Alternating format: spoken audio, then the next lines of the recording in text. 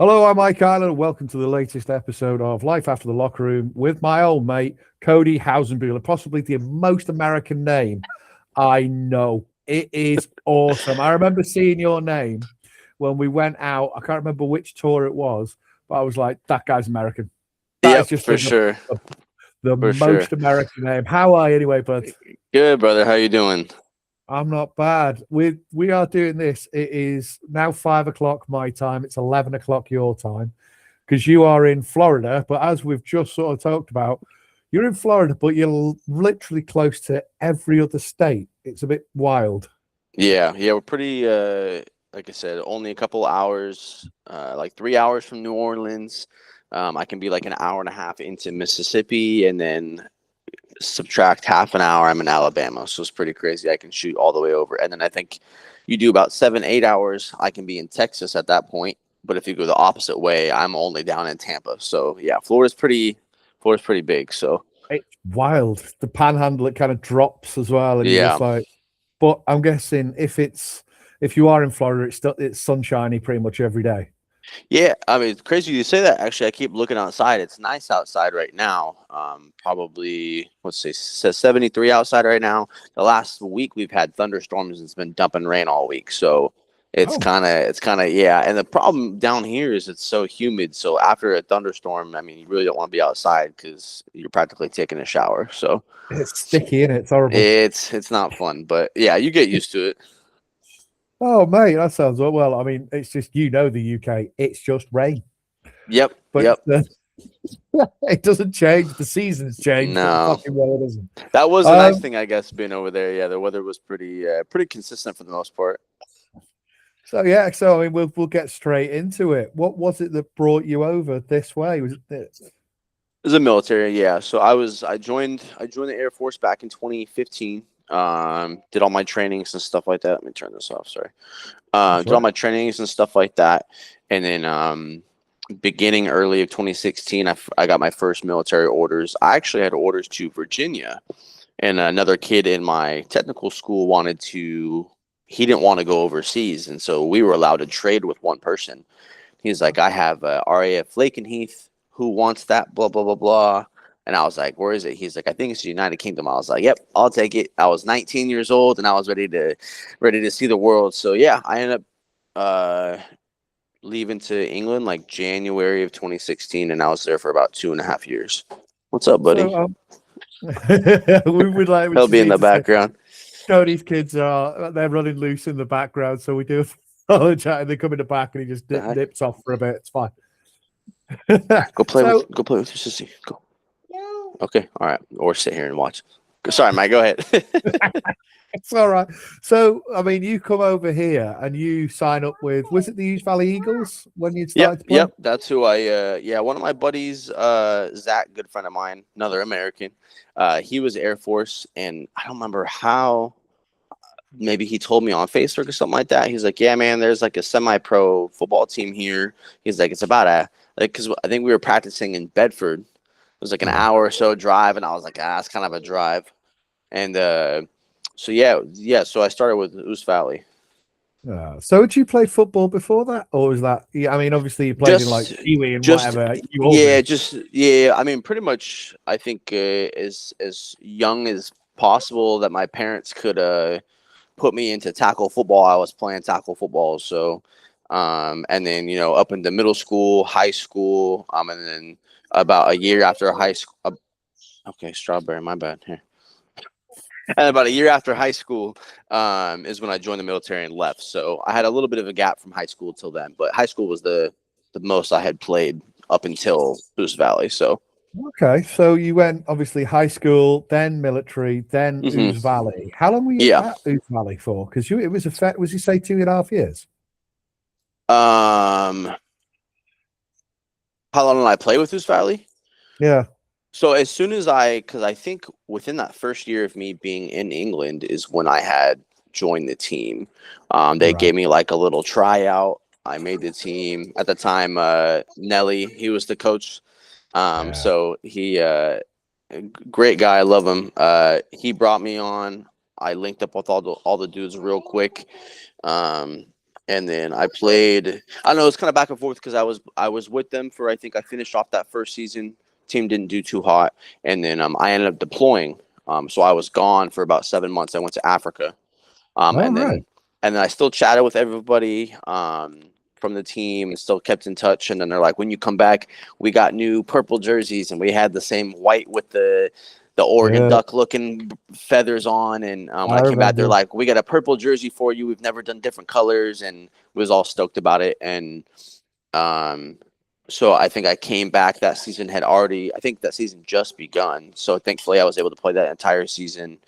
And then the next year I played half a season, and then that was already 2 years gone like that. So then I ended up getting orders, and I moved back to America. So Oh, so that's the thing is, even while you were deployed to Africa, knowing that you still had pals there, mhm. that was a bit of a comfort for you because you had something to look forward to for when you were back. Yeah, for sure. Yeah, because I mean, especially in military, police, everything like that. I mean, hey, what you want, dude?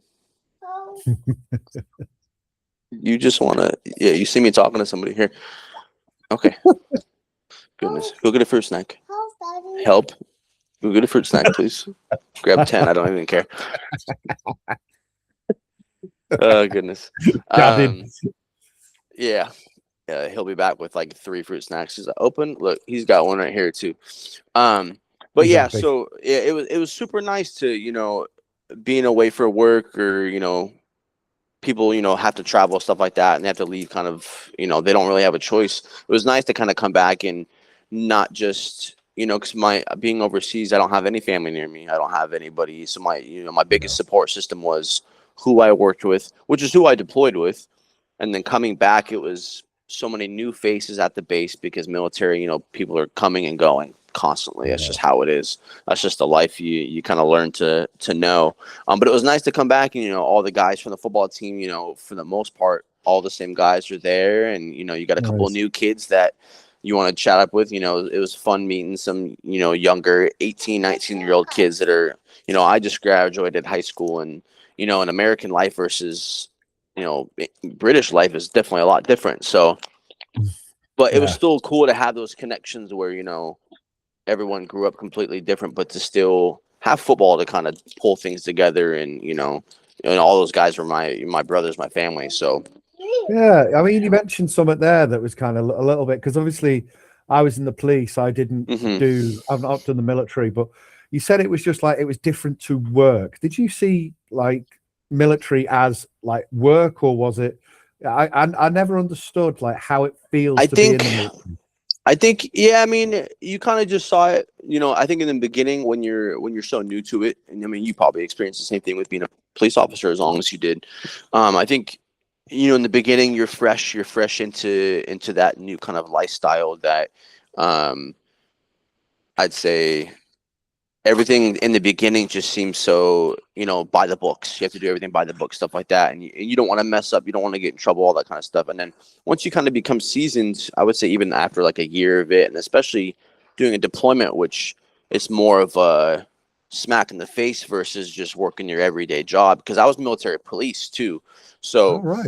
Okay. yeah, that's another thing I can relate with you is that I was military and police, so I can kind of give you a lot of the insight too. But Yeah. yeah, it was, I think once you kind of get seasoned into it, and you don't feel like, I'm the new guy, I'm the rookie. That, I mean, same as football, that every day just felt like a normal job. Like, All right. Okay. yeah. So it was never. I think the only thing that felt different than, working your regular 9 to 5. I mean, you were on the same schedule the entire time unless you got moved to a different shift, which, rarely happened.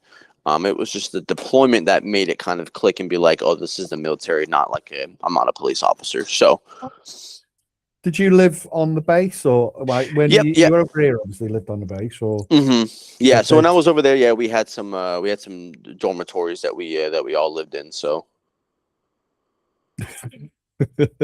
Yeah.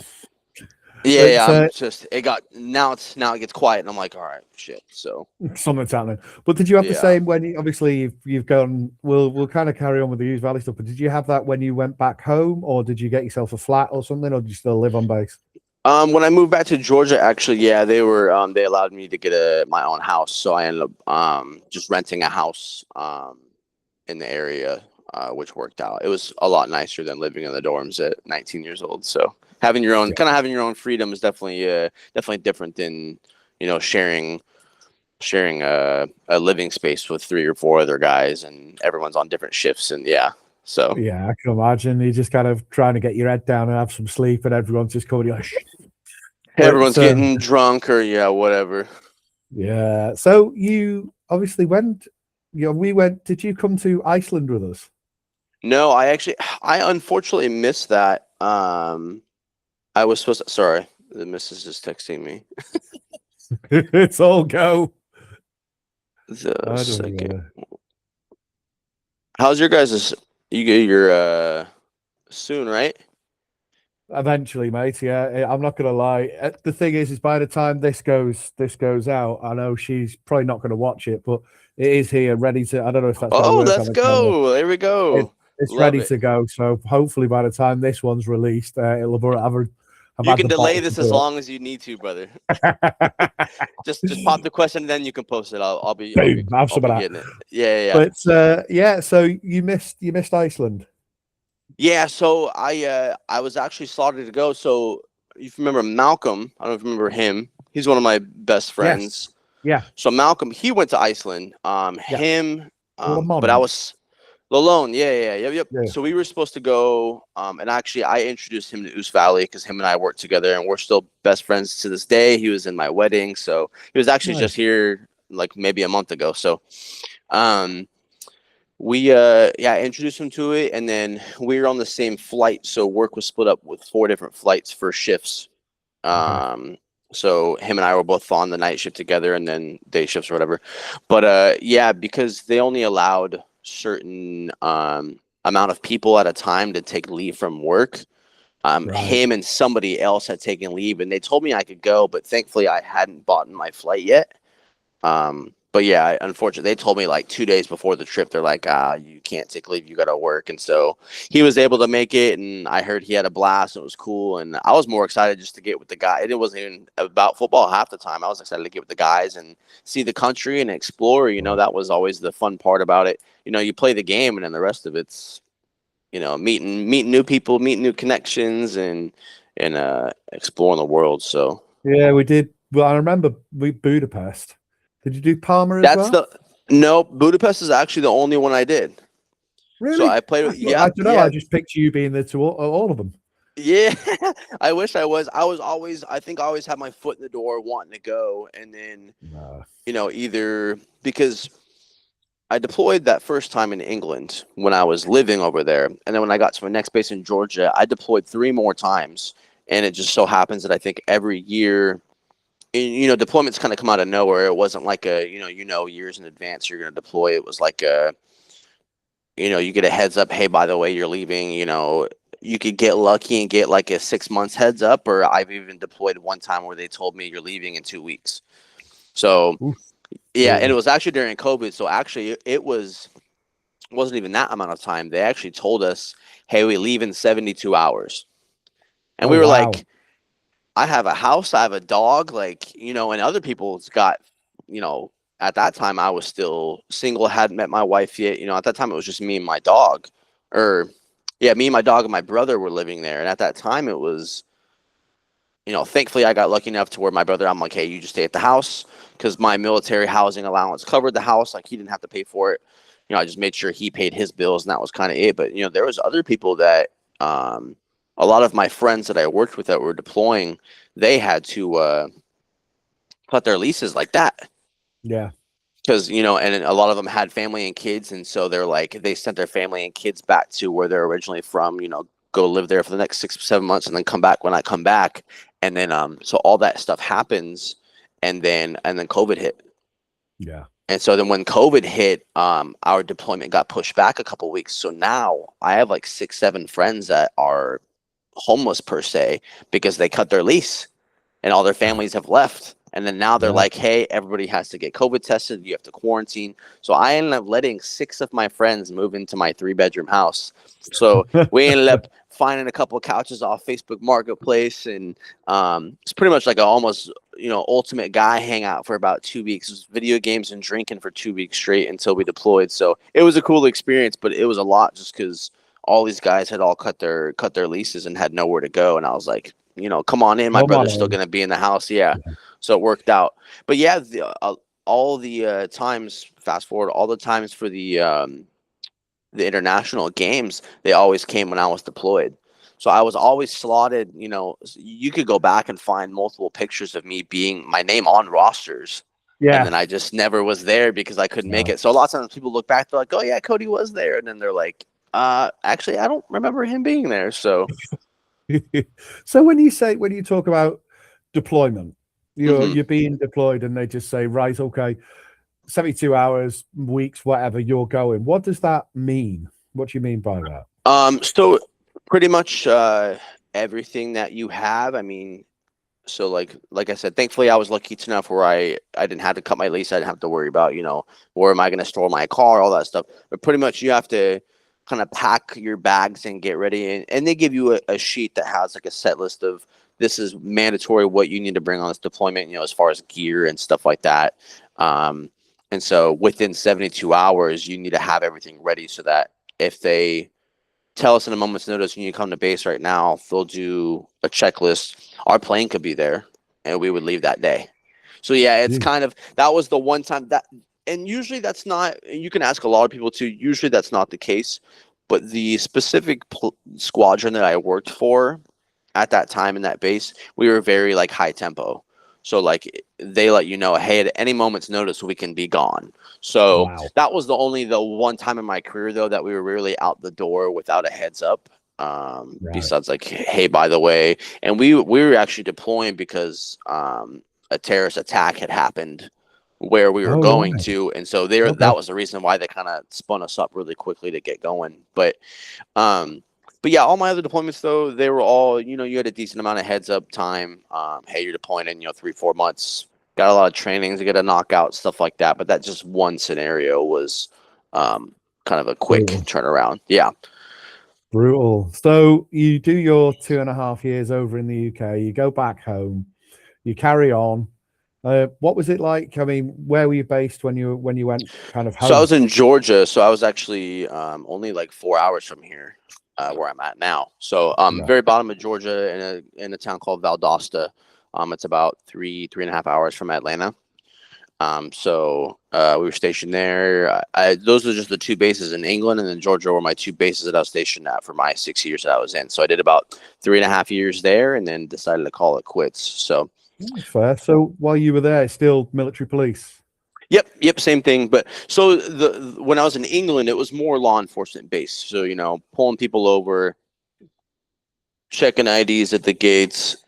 You're Give like, me one it's second. me. I got my little one screaming. It's all right. It's Give all me right, two mate. Don't worry seconds, about brother. it. Yeah, buddy, you go do your thing. We'll wait for him to go and do his thing, and then we'll continue this. So bear with us, folks, and just make sure there's no absolute chaos and carnage going on in the Hausenbuiller address, because that would be pretty terrible for us to say, oh yeah, by the way, they've set fire to the house while he's on a call. So I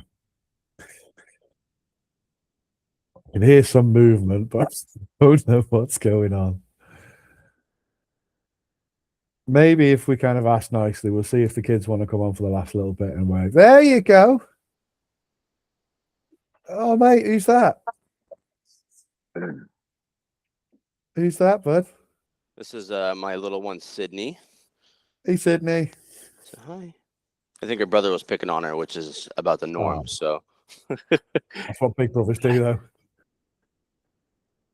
but yeah, what were you saying? I'm sorry. So your kind of your job while you were over here and Yeah. then while you So were back there. so in when I was over in England for those couple of years, it was all law enforcement. So the basics of what they taught us in tech school before we had gotten to England, to our first base. So everything there was police work. So I mean, you kind of when you first get there, the first things they teach you is checking IDs at the gate, which is what everybody makes fun of with the Air Force. Oh, you were police in the Air Force. Yeah, you just check IDs. My wife makes fun of me all the time, still to this day, and I've been out for 5 years now. So, um, but yeah, you kind of check IDs, and then when you're on the job for a little bit, you eventually get more qualified with cooler things to go do. So I ended up working at like a satellite compound eventually, or you get qualified to actually work police patrol, so you get to drive in the cop cars, pull people over if you have to, stuff like that. So but then when I got to my next base in Georgia, I was still always military police, but like I said, that the squadron I went to that was super high tempo, they were called the BDG, which stood for the Base Defense Group. So we were really they pretty much, when we got there, they're like, forget everything you know about law enforcement, because pretty much we're going down range to protect the base. So you're going to drive around in Humvees all night and man, 50 cal turret guns and, stuff like that. So Jesus. it was a different pace for sure. So I was Wow. so used to spending 12, 14-hour nights standing at a gate checking about 30 IDs, because we were on mid shift checking nobody's IDs from 1 to 4 a.m.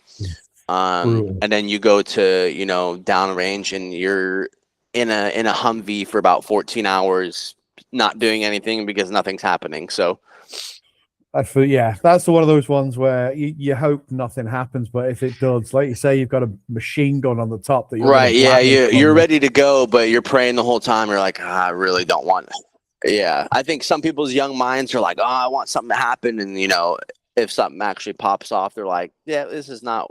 It's not like the movies, kid. It's not Call of Duty. This is real life. So It's the real fucking deal. Yeah, you are yeah. shooting at someone. So bless. So you come out, you've done your time, and you think that's enough for me. Mm-hmm. You've finished the military, you've finished with Ouse Valley, you've moved on, and Yep. you are now sort of floating free for the first time. You've come from high school to military institutionalized, American football, where you've seen all your pals. You managed to get Mm-hmm. out to Budapest, have a good time with the herd. Well, you've seen all your pals there. You've done all the thing. You go back, you carried on your job, and then you're loose. How did that Yeah. feel? It's it's a lot to process. I think obviously everybody's different, so it doesn't hit everybody the same. But it was the same thing for me. I think looking back on it now, there's a lot of times where I'm like, do I miss the military? Absolutely. Do I regret getting out? No. So Okay. I think there's a lot of pros and cons. I think I actually had a buddy reach out not too long ago, and he was like, "Do you regret getting out?" And I was like, "No." I was like, because I think, and that's what him and I were chatting about too, and it was very similar to this topic too. Is he was like, how did you feel getting out? And I was like, in the moment, I was excited for fresh air. I could Yeah. grow my facial hair. I could, smoke marijuana in the state of Washington if I wanted to. Like, I can do these things that I wasn't allowed to do back then, and having all these freedoms, and I don't have to call my supervisor and request leave and route it up the chain of command and stuff like that. Like, I was a free person to do what I want. But I went back home to my hometown, which I love. But it's just a very small town, to where I went back, and a lot of the same guys are doing the same stuff and haven't done a lot with their lives. My closest friends, they've done things, but the same people that want to see you, man, I haven't talked to you in years, and I was like, you're still working at McDonald's, and Yeah, and I've good for seen you, posts. get that manager job, but like you gotta get out of this town for a bit and explore the world, and um okay, here, you can have my phone. There you go. Peace out. Um but yeah, it was different, because I think, like I said, you were so excited about these freedoms, and I think it probably took me a little bit, because I got out of the military, and then after getting out of the military, my wife, she was Navy. We're from the same hometown. So All she's right. Navy. Okay. I was Air Force. Um, she got orders to Japan, and so we ended up getting married, and I moved to Japan. So I was in Japan for about 3.5 years, Yeah, I remember And then that. after, yep, because I think you had reached out for one of the games, and I was like, man, this flight from Japan to wherever the game was, I was like, this thing's like $4,000. Yeah, it's a million. I was like, my wife's not gonna let me go for about 4 days for $4,000. It's about $1,000 a day. So I was like, we'll Yeah. have to wait until I'm in the States because flights will be way cheaper. And thankfully, we're on the East Coast, so all these trips to, because her and I have talked about traveling to, I was like, because we really want to, because we'll probably leave here. Sorry, I'm getting way off topic. We'll probably leave here probably close to 2028, 2029. Don't know where we're going yet, but she has about 10 years left in her contract, and we're hoping that her next time will probably be, we're looking at either Spain or Italy. Oh, as where there we'll you go. live. And I was like, I'd love to go to Europe. The kids are young. I don't have to worry about, yank them out of school at high school age, and I've ruined their friendships and, whatever. So, doing it while they're young is definitely what I'm trying to do. So, but yeah, I'm so bad. I get so off topic. That's all right. It's all right. So, I mean, you what did you do when you came out of the military? What was your job? So I ended up getting like an internship. It allowed me to get actually out of the Air Force a few months early. So allowed me to get out of the Air Force a few months early. I got an internship just working for this car dealership as a detailer, which is something that I had done before when I was in high school. I had details cars before. And then for a little bit, then I then ended up quitting that job, and I got a job in construction that paid pretty well. I was making at the time probably about $1,000, and you got paid weekly. So like every week I was making about $1,000. So it was good money at the time compared to a lot of other places what they were offering. So I worked construction for a bit. That lasted a few months, and then but the only issue with that, I got out of the military at the time because I was, over it. I wanted to move back home. I haven't been home in a few years. And then that construction job was having me out of town all week. So I was a couple hours away. I'd only come home and see my family for 2 days. And I was like, I might as well have stayed in the military at this point, So, and thankfully another friend, he got me a job. One of my close friends, Kevin, he got me a job at a glass installing company. So I was installing, windows and mirrors and all these brand new houses. And that was a good job. Lifting a lot of heavy stuff. So it was like a workout, but did it feel weird not having your day dictated like you did in the military? So, in the military, it's kind of wake up at this time, report to this bit, do this bit, do that bit, go to bed, wake up, do that. Did it feel weird to have your own time? Yeah, I think it, at times, it's so funny. At times, I think you almost feel lazy. Yeah. Having that much freedom. So, I'm so used to, you got to wake up, you have to shave every morning, and I'll shave in the morning at probably 6 p.m. My shadow's coming back through again. So I can't skip a day. So every morning I have to shave, and I was on such a set schedule, wake up, shit, shower, shave. So, and that was your kind of deal every single day for work. Whereas, out of the military, now I can wake up and I can throw a beanie on and a hoodie on and just go to work. I don't have to have a specific uniform on. It was like wear our company t-shirt or company hoodie and, and look appropriate for work. And that was kind of it. So yeah, it was definitely the lifestyle that, and then I think a lot of perks for civilian jobs too. I mean, that job with the glass company specifically, pretty much to give you a spreadsheet of these are the houses you have to hit today. So it was like, if you finish these houses at 5 p.m. or if you finish this house by 2 p.m., your day's done. So, it was try to get them done as quick as possible. My day could be over at 2, 3 o'clock versus 6 o'clock. But the military, I mean, you're off on their time. So, if something happens, regimented. if something happens, you can't tell your boss, like you can't do nothing. But, on the civilian side, you have that freedom to where you can say, I quit. But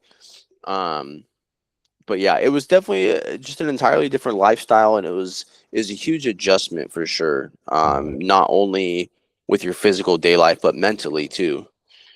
No. Did it hit you hard, or do you think you managed to adjust okay? I think it kind of came in waves. I think there was times where it was there was a lot of depression involved and a lot of trying to figure out, because I was in such a I was in the military police for 6 years, and now I'm working a construction job or a glass installing job. I feel like I wasted my 6 years. I'm not using my experience and capabilities for what I want to do. But I think it was all just a timing aspect of kind of waiting for the right thing to kind of fall in my lap, or try to go get it. But there's times where, especially when I was out of town in those random hotels for the construction jobs, where I was like, man, what am I doing with my life right now? Like, this is not what I want to be doing. So, and there's some times where I'm like, man, this is great. I can kind of go at my own pace, and I love life, and it definitely comes in waves, and it's not every day is the same. That's for sure. No, do you miss? And that's the thing, is a lot of people that I've spoken to that have come out, they miss the people.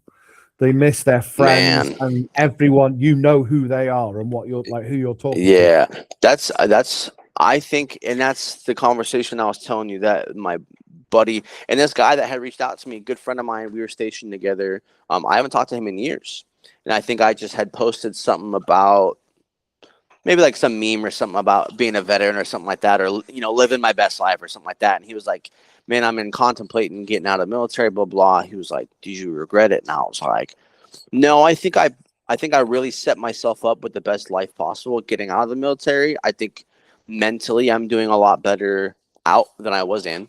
Really? And yeah, and I think in the moment too, you're so, because I think as military members, and for men too, it's really hard to go speak to somebody about your mental health. It's kind of an ego kick in the nuts, and guys are like, I'm too manly, I don't got to talk to nobody about this, bottles up, and that's why you see so many men unfortunately taking their lives, and Absolutely. and it's super sad to see.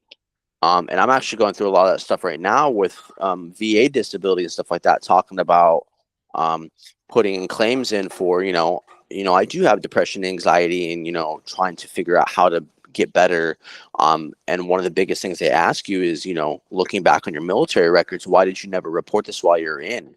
And especially as a military police officer too, the big thing was, if you went and seeked out help, I'm not feeling mentally right in the head. My grandma passed away. She was a second mom to me, so forth. Yeah, That's an example. You go and seek out mental health and just have an appointment with mental health therapy. They call down to your supervisors and let them know.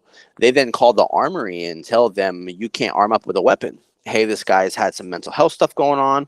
Not saying he's going to kill somebody or, shoot up the base, yeah, but he just needs to be on a do not arm list for a bit.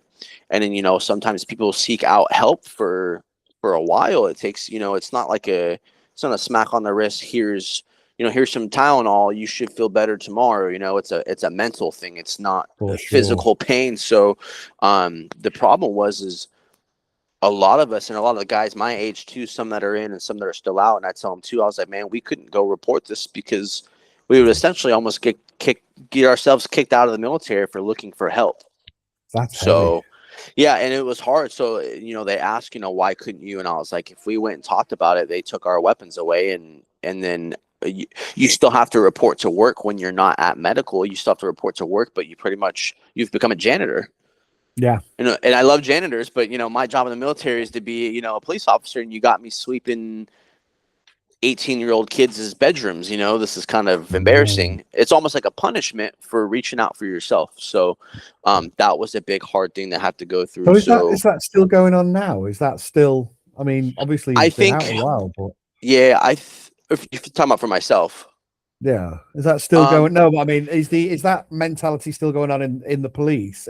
Sorry, in the military, I and wouldn't be also are surprised. you I over mean, it? you see, unfortunately enough, you see, especially within the Air Force too. I mean, and I'm on a lot of these pages, like old Air Force pages, stuff like that too. Or I have people that are friends that are still in, and they'll share, security forces lost a member due to mental health, and it's kind of sad, and you see it, way too often. Obviously, one is too much, but you see it way too often, and unfortunately, most of the time it's men, which Yeah, I feel like we, like I said, don't have that want to go talk to somebody else because maybe it makes us look less of a man, and I think Yeah. that shouldn't be it at all. But it's hard to tell people, or I mean, you see it a lot of times too, where it doesn't, you can't tell. No. Men have a great way of smiling every day, and then Yeah. You just keep plodding on because it's a macho yep, thing. You've got yeah, to be exactly, manly. You yeah. can't be weak. It's the unfortunate thing that we can't speak to anyone. Yeah. But So yeah, I would say yeah. I still think there's still. I think with the sadness of how many suicides have happened, I think that um it's brought a little bit more awareness to the situation. Thankfully something has good has come of it. But yeah, I think it definitely needs to be looked upon more for sure. absolutely. And about yourself, are you still going through bits, or are you at the Yeah, other end of yeah, it? it comes and goes. I think the situation I'm in right now, just with I'm a stay-at-home dad, and I just go to school full time, and that's what my life is every day. Um, I think having a family too definitely has changed my perspective on it. At the time years ago, I could have taken my own life, and at least I wasn't taking a father or a husband out of somebody's life. You're still hurting other people's lives, and I think that's the biggest thing is that was kind of my biggest drive of not doing it and kind of going through it with suicide or stuff like that or attempts was just um, how I would make my friends and family feel if I left in that kind of way. And I think that Hey, was that's kind of a good. big drive for me. Yeah. That's heavy. That is Yeah. massively heavy, and I appreciate you sharing that with us, Of man. course, yeah. And and I tell a lot of friends too. They're getting out of the military. I try to help them with their, disability claims and talking to them. And I'm like, man, you gotta use these resources. Talk to other people. And some of my other friends have given me resources that I wasn't aware of too. So it was really good to um, get insight on places to go look for help and stuff like that. So, but yeah, it's I definitely want to share anything I can with people to help out because somebody out there is going through what you're going through and they don't know what direction to go. They're like, man, and in their head, I really wish I knew somebody that was going through what I'm going through, which is why I love that you have this. And like I said, I had no idea this group was even a thing. I No, came across it no. and I saw Yardy's face on it. I was like, that looks like Yardy. And then I clicked on it and I was like, oh, it's Mikey and Yardy. I didn't even realize it was your podcast. And I was like, and it took me a second with my dumb brain, but I was like, life after the locker room. I was like, oh, I was like, I get it now. Okay, cool. So, I love that it's, we can all bond over the football stuff, but it's definitely talking about the more important things of life because, unfortunately, we can't play football forever, so, and we got to take care of our bodies. And same thing with, all the CTE stuff, too, that's come Yeah. out in the last handful of years, too. I mean, No. when's the right time to step away? And I wouldn't say I'm done playing football, but I think just with the family and stuff like that, too. Like, for example, you're like, hey, we got a game coming up. I'm like, I'm down. I have my football helmet and pads in my garage as we speak. They got a little dust on them, but I'm always God, down it'd to be come out fine. for a game. It's just the problem is we always play in Europe, and for you, that's an 8-hour flight. It's just a Yep, bit of yep, a yep. bitch. I'm always down for it. I think the biggest thing is I'd even for future stuff too, I'd even ask my parents to come down here and watch the kids. I'd love to bring my wife with and come show her, what Europe's all about. She's traveled to Europe and stuff like that too, but it was always with the Navy, so it was always quick in and out. Yeah. You didn't get to visit the country long, so So, I mean, if you were speaking to someone, someone that's maybe coming away from football is mhm. different, but someone that's coming away from the military, what would you tell them? What's helped you the most? As far as just leaving the military in general. Military and basically the whole mental health vibe of how you got through it and how you're still here.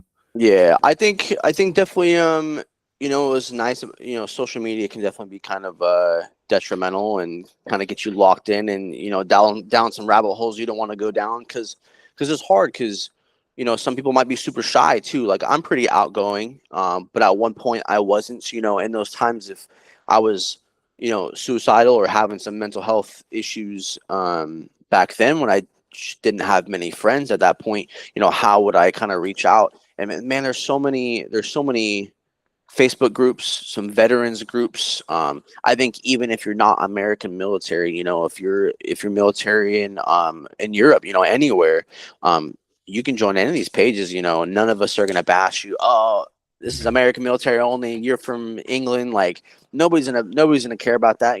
If you need someone to reach out to, I think social media is super clutch. There is people you can reach out to, and hopefully it doesn't come down to a Facebook post cry for help. It's reach out to these groups and people that have, the military. They always say the military is such a small world, but there's so many of us. Oh yeah. So you can join any of these pages, man, and reach out, and you can put into Facebook nowadays too. You can post anonymously too. If you don't want to, with the whole man macho aspect, if you don't want to out who you are in case some of your friends in there, and I get it. It's tough to speak out for yourself, but in the end, it's definitely something you got to do. So, there's always light at the end of the tunnel. You know what I'm saying? So, I think everybody was put on this earth for a reason. And I'm not even a big religious guy either. Calm down, girlfriend. I'll be grabbing a laptop. You'll get your podcast after this. I think, goodness. But like I said, yeah, I think everybody was put on this earth for a reason, man. I think really good ways that I was able to kind of cope with everything was just really relying on your support groups. And if you don't have one, try to find one. Either it's in your local area, playing video games. I have some friends that I played video games with. I started playing video games with them when I was in England. I've never even met these guys. Really? Yeah, so it's crazy. I mean, you can always, find stuff that you like and find groups around it, and just any kind of hobby that you love, or try new things, see things that you like, and worst case is a trial and error, and you're like, man, I really like cooking, and you start cooking, and your meals don't turn out good, and you're like, never mind, I'm definitely not gonna be a chef. On to the next one, let me try video games, and you find a good group. Don't matter really what. I'm over here doing a circus and shit. Yeah, I like it. I know, honey. What's wrong? Yeah.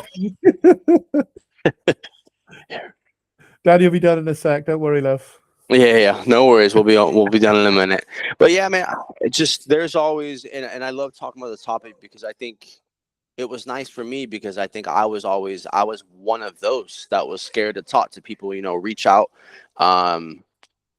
I was previously married when I was in England, and ended up getting divorced, and it wasn't even bad blood. Nothing bad happened. It was just, we just weren't meant for each other, and we both moved on. And I was pretty young, and being under 21 in England, you can drink, and we were allowed to drink. So I was pretty much an alcoholic at 20 years old, and I actually ended up putting myself into AA for a little bit, just to kind of help with that kind of stuff. So I think really finding friends, if you don't already have great friends, finding good friends and family. I think support system is really the biggest thing. I still, Malcolm and a few of my other friends from England, and even some of you guys that are in England. I mean, for example, you and I, we've only met a handful of times, but we're having this conversation right here. People that you can rely on and talk to, and be like, hey man, I'm not doing all right, or or even if you don't feel like telling them, just having a conversation about whatever, just to get your mind off of what's going on. Ditch that whole macho thing to just exactly talk to someone. Be honest, and that's the thing. Just be honest with it. But mate, I am so glad you're still here. I'm so glad. Me too. I appreciate it. Grab you hopefully at the end of next January when we go to Dublin and play with the Masters and do our return leg and play, and you can sell it to the missus. I'm going to show you where I used to live in. Yeah, exactly. Yeah, let me show you some places that neither one of us have been to. I definitely, I would definitely love to get out there. I've only been to the airport, and I don't even like Guinness, but I had a Guinness in the airport, and I thought it was fantastic. I didn't even like stout and I had one in the airport, and I was like, their beer out in town's got to be phenomenal if I liked it in here. So That's it. I would definitely love to get out there. We already got passports, so we're pretty much ready. We just got to save up for it. So I might have to get my parents to come down. I'll take you to the Guinness Storehouse in Dublin Centre, and we'll both have a few at the Sky Bar. It'd be belting. I'd love it. We'll fill it full of Seahawks. Yep. Hey, do you have my jersey still? That was a question I had. Oh, absolutely. That's still in my attic. That is still in the attic somewhere. But I was like, I know Mikey's got it safe. I was like, he's gonna bring it next time we go play. But you've been in national and you've graduated you've already been pushed up. So I'll sort you a red. Is nationals a certain age bracket? No, well, it's 18 to, we normally say like 30 odd, but when you get to the 30s, you become a seasoned veteran, you become a master of the game. So okay, cool. You'll be a master, don't worry. I'll square that off for you. But I'm not getting my head taken off by a 20-year-old linebacker that's got all this is juice. I'm playing with some older gents, so it's probably my style. I'm playing flag football out here, and I got kids that are like 20 years old just zipping. I'm like, and the difference between tackle and flag is so different, and people don't realize that. It's hard. Fast. I mean, I don't know if you watch the NFL, the flag football that they just did. I saw bits. They got tore up by the USA team. It was a bunch of dudes that had to go to work the next day, you know. So it's awesome. It's awesome. But yeah, we'll definitely have to plan that stuff out. If not, no, like I said, I would love to come to the one in January or whatever one we can plan out, but also you and I can stay in touch for, I can help with whatever connections in the States too. So getting a game down here, we'll do something. If we can, my wife won't have an excuse if you guys come to America. I'll be like, it's down the road. We're already in Florida. I say it, we're there. We got to be there. But mate, thank you very much for talking to us. Appreciate it, Mike. Much appreciated. If you are watching this and if you are in the military and if you need someone to talk to, if you don't want to talk to me, if you'd rather speak to someone that's been there already, Cody's already there. I'll tag him in everything. You can't miss him. He's now got his big bushy beard. Yep. He didn't have that when I first met him, and now I'm like, that's better than mine. That's awesome. Yeah, he will speak to you. He'll hold your hand through everything, and we'll get you through it. Because talk to people, as Cody said, talk to people, get it out there, be honest. Balls to the whole macho thing. It's bollocks anyway.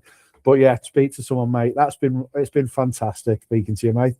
Love it, Mike. I appreciate it. Love you. And I love you too, man. Yeah, we'll get chatting soon, brother. Yeah, man. If you just hang on, I will hit the stop record button and I'll be with you in a sec. Big loves, everyone. I'll see you on the next one. Love you. Bye.